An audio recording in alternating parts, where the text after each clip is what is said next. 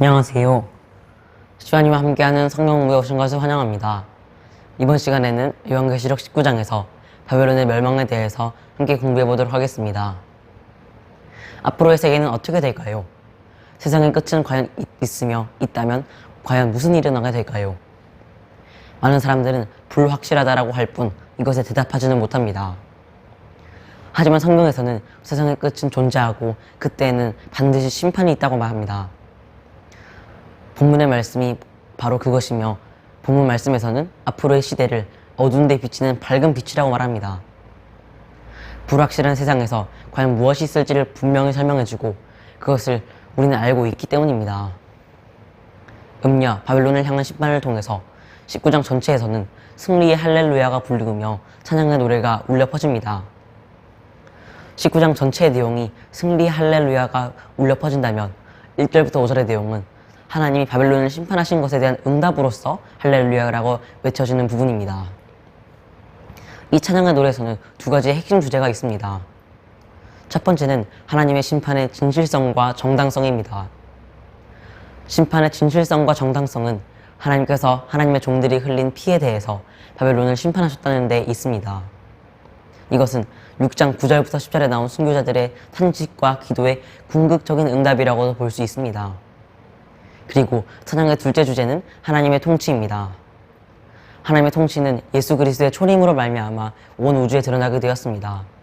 하지만 하나님께서는 사단의 활동을 허락하셨기 때문에 눈에 보이지 않습니다. 그러나 이제 바벨론을 심판하시고 사단의 통치를 끝내심으로 말미암아 하나님의 통치를 가시적으로 확립시키신 것입니다. 바벨론의 멸망을 기뻐하는 찬양 가운데에서 어린 양의 혼인잔치가 이어지게 됩니다. 이것은 바벨론의 멸망과 어린 양의 혼인잔치 사이에 밀접한 관계가 있음을 보여줍니다. 그렇다면 둘은 어떤 관계가 있을까요? 우리는 먼저 어린 양의 혼인잔치가 무엇을 의미하는지 이해할 필요가 있습니다. 혼인잔치에서의 주체는 당연히 신랑인 어린 양과 신부인 교회입니다.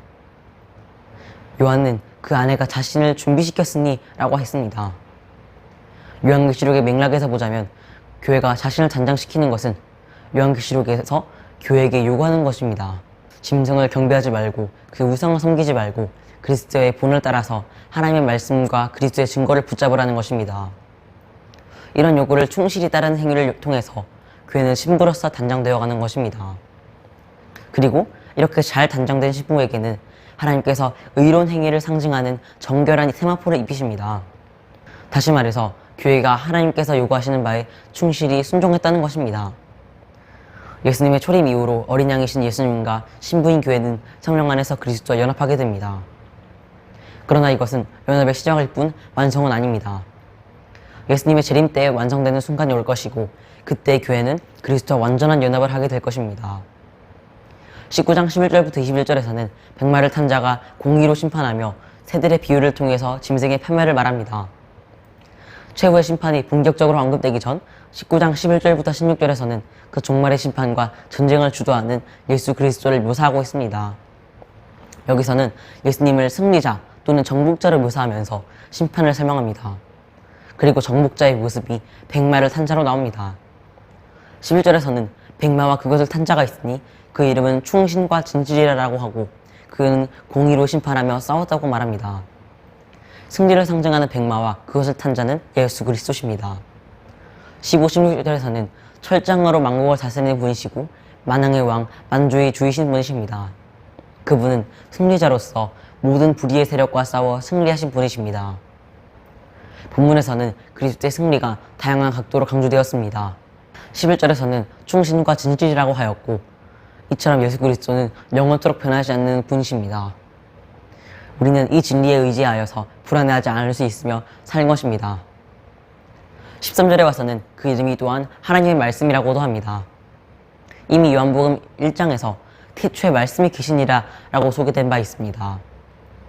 말씀이신 예수님께서는 창조사역과 구원사역 모두 관여를 하시며 역사하신 말씀이십니다. 하나님의 말씀은 살아있어서 좌우의 날선 어떤 검보다도 예리하여 혼과 영과 관절과 골수를 찔러 쪼개기까지 합니다. 16절에 보면 그 옷과 다리에 이름 쓴 것이 만왕의 왕이요 만주의 주다라고 합니다.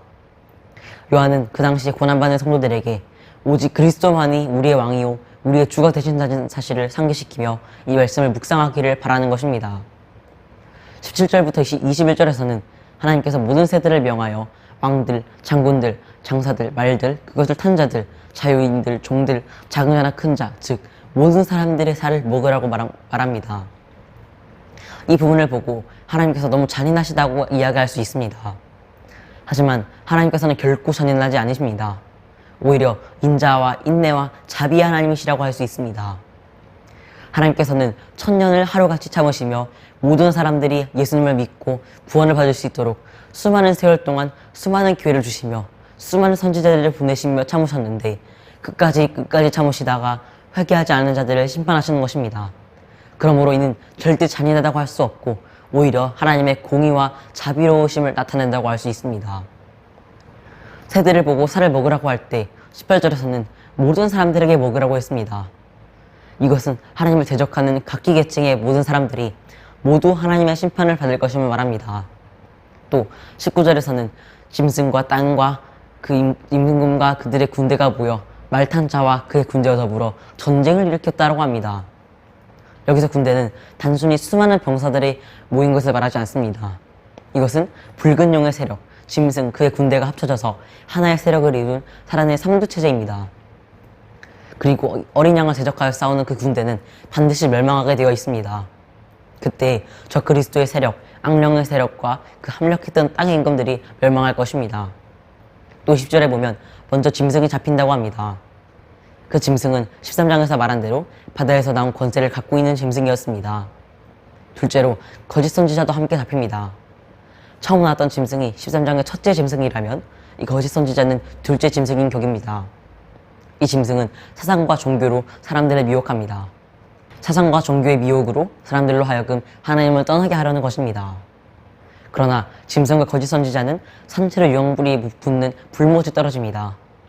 21절을 보면 이 심판의 결과로 모든 새가 그들의 살로 배불리더라 라고 합니다. 우리가 이 세상의 눈으로만 본다면 사단이 자신의 권세를 휘두르고 짐승을 경배하지 않는 자들은 죽이는 상황이 펼쳐졌습니다. 그러나 우리는 그것을 보고 불평해서는 안 됩니다. 이 모든 상황은 하나님의 통치 아래에 있으며 하나님께서는 사단을 이용하셔서 성도들의 믿음을 더욱 굳건히 세우시고 단련시키시기 때문입니다. 오늘 본문에 나왔던 것처럼 앞에서는 사단의 삼두체제가 권력을 휘두르고 있었지만 이제 17장부터 19장의 문맥에 와서는 이 바벨론은 멸망을 하고 있었고 짐승 또한 파멸의 길로 가고 있었습니다. 세상이 어떻게 변하든 또한 누가 등장하든 오직 예수 그리스도만이 만왕의 왕이요 만주의 주시라는 것 사실은 모든 그리스도인들이 잊지 말아야 할 것이고 또 이 사실 때문에 우리는 마음의 평화를 누리며 인내할 수 있는 것입니다. 감사합니다.